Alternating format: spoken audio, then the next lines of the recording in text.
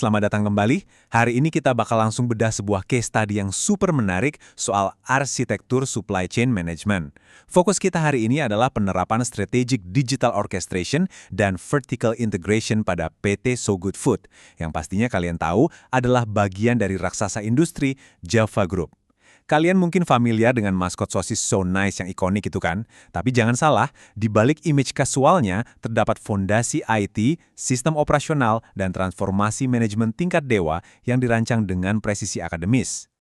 Oke, mari kita langsung masuk ke materinya. Anggap aja ini silabus strategi digital kita untuk sesi hari ini.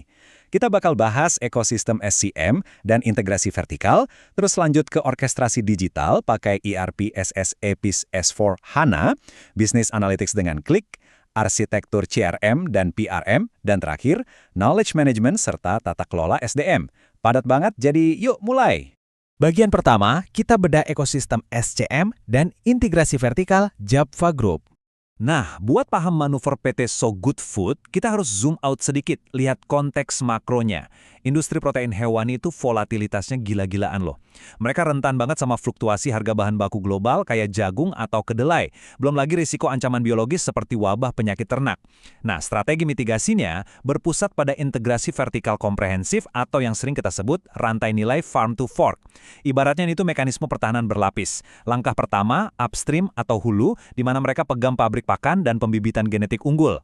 Langkah kedua, midstream, fokus di peternakan komersial. Sampai akhirnya di downstream atau hilir, tempat PT So Good Food mengeksekusi bahan mentah tadi jadi produk siap konsumsi. Konsep ini secara akademis tuh menarik banget. Integrasi vertikal itu pada dasarnya adalah proses internalisasi dari seluruh processing value chain. Tujuannya absolut, yaitu mengelola standar kualitas, menjaga biosecurity, dan pastinya efisiensi biaya. Pesan strategisnya jelas banget, kalau mau dapat economies of scale atau skala ekonomi yang masif dan gak gampang ditiru kompetitor, ya kalian harus kontrol rantai pasokan dari hulu ke hilir. Gak ada tawar-menawar. Dan komitmen terhadap strategi hilir ini terbukti nyata di tahun 2020. Saat itu, Java Group resmi mengakuisisi PT So Good Food dengan angka yang luar biasa fantastis, yaitu 1,21 triliun rupiah. Bayangin, triliunan rupiah digelontorkan buat mendominasi pasar hilir secara mutlak. Internalisasi ini bikin transisi produk jadi seamless banget, di mana bahan baku unggas hidup langsung disinergiskan jadi lini produk bernilai tambah kayak nugget So Good dan sosis So Nice. Masuk ke bagian kedua, orkestrasi digital menggunakan sistem saraf pusat mereka, SAP S/4 HANA.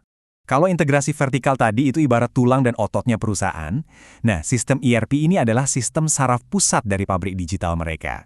Pergerakan barang fisik harus 100% sinkron sama data. Dalam eksekusinya, mereka pakai prinsip Clean Core Philosophy. Maksudnya apa?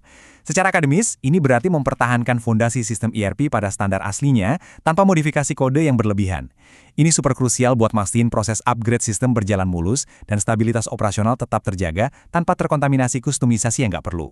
Arsitektur SAP S4 HANA ini dibagi ke beberapa modul operasional spesifik. Coba kita bedah. Pertama, ada modul FI atau Financial Accounting and Controlling yang bikin siklus tutup buku keuangan jadi kilat banget. Kedua, Materials Management atau MM, ini otak di balik presisi pengadaan bahan baku.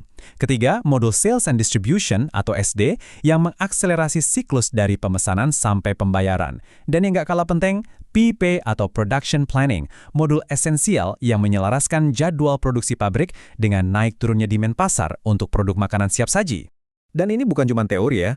Di ruang kontrol digital Java yang sebenarnya, tim operasional secara aktif pakai SAP S4 HANA ini secara real-time untuk memantau integrasi IT dan transport management system. Orkestrasi tingkat tinggi ini ngasih visibilitas end-to-end, di mana eksekutif perusahaan bisa langsung merespons dinamika lantai produksi detik itu juga, benar-benar mengubah data mentah jadi manuver logistik yang konkret.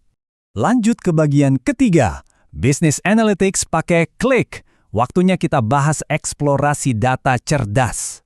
Kalau ERP ngurusin transaksi detik per detik, maka Business Intelligence itu ibarat otak analitis organisasi. Disinilah volume data yang masif disulap jadi pencerahan strategis. Pertanyaannya, kenapa PT So Good Food spesifik memilih Qlik? Perbandingan arsitekturnya tuh gini. Model relasional tradisional kan pakai jalur SQL linear yang udah ditentuin. Jadi pencarian data tuh dibatasi hierarki, kaku banget. Nah, sebaliknya, Qlik ini mengoperasikan In-Memory Associative Engine, sebuah mesin analitik canggih yang memungkinkan eksplorasi data non-linear dan 100% bebas. Jadi, analis gampang nemuin pola yang tersembunyi. Objektif mereka itu jelas tertuang dalam pernyataan ini. Mentransformasi dataset yang kompleks menjadi tren dan pola yang dapat ditindaklanjuti untuk keputusan operasional. Kecepatan mengubah data jadi action ini kunci banget buat kelincahan rantai pasok. Kemampuan eksplorasi asosiatif ini bikin analis PT So Good Food bisa langsung sadar kalau ada lonjakan distribusi di satu wilayah, dan seketika itu juga nyesuaiin stok gudang sebelum masalahnya meledak jadi bottleneck. Masuk ke bagian keempat, strategi CRM dan PRM. Gimana mereka mengelola interaksi bisnis? Di titik ini, orkestrasi digital perusahaan ekspansi keluar batas pabrik untuk ngelola relasi stakeholders. Pendekatannya tuh multifaset banget. Untuk Customer Relationship Management, mereka menjadikannya sebuah filosofi interaksi kolaboratif. Contohnya lewat kampanye Zona Main So Nice. Itu bukan cuma ajang jualan loh, tapi jadi platform edukasi soal net protein utilization. Terus buat ekosistem B2B atau partner relationship management di sektor hilir, fokusnya ke konsistensi pasokan tingkat institusi untuk klien Horeca. Sementara di hulu, PRM-nya beralih ke asistensi pakar dan metodologi biosecurity buat mitra peternak. Komplit ya? Semua manuver tadi ngebangun sebuah landasan tata kelola relasional yang sangat terstruktur. Java netapin parameter komunikasi yang terkalibrasi buat semua pihak, mulai dari survei kepuasan pelanggan sampai resolusi konflik dengan rekanan bisnis. Manajemen relasional yang prosedural ini terbukti secara akademis dan praktis mampu nekan risiko operasional dan ngebangun loyalitas brand yang sangat berkelanjutan. Kita sampai di bagian kelima, knowledge management dan integrasi SDM. Logikanya gini, secanggih apapun otomasi mesin atau algoritma prediktif di pabrik, kalau nggak ada akumulasi pengetahuan manusia yang mumpuni, ekosistemnya bakal mandek. PT So Good Food nggak mau main-main soal suksesi kepemimpinan. Mereka punya program talent management 3 tahap yang sistematis. Pertama, identifikasi objektif buat karyawan berpotensi tinggi. Kedua, masukin mereka ke talent pool berdasarkan validasi metrik KPI yang ketat. Ketiga, bikin individual development plan buat mastiin setiap posisi manajerial krusial selalu diisi tepat waktu sama talenta internal yang udah teruji. Dan urusan administrasi SDM ini juga ditarik 100% ke ranah digital. Mereka pakai modul SAP Human Capital Management alias HCM sebagai fondasinya. Ini beroperasi sebagai one single point of truth atau sumber kebenaran tunggal buat semua data kepegawaian perseroan di seluruh Indonesia. Integrasi sistem SDM ini yang juga diselaraskan sama manajemen risiko dan protokol K3 atau kesehatan dan keselamatan kerja, dampaknya sangat nyata. Eksekusi presisi ini bahkan sering bawa mereka memenangkan penghargaan keselamatan tingkat provinsi. Keren banget kan?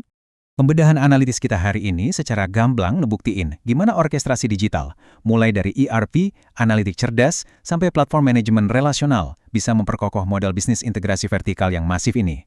Tapi, inovasi teknologi kan nggak pernah tidur. Dengan fondasi operasional yang udah sesolid ini sekarang, saya mau ninggalin satu pertanyaan pemantik buat kalian.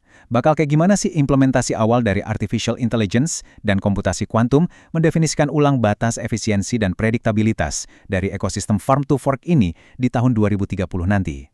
Coba deh kalian renungkan lebih lanjut. Terima kasih banyak udah ngebedah materi analitik ini bareng saya. Sampai jumpa di pembahasan selanjutnya.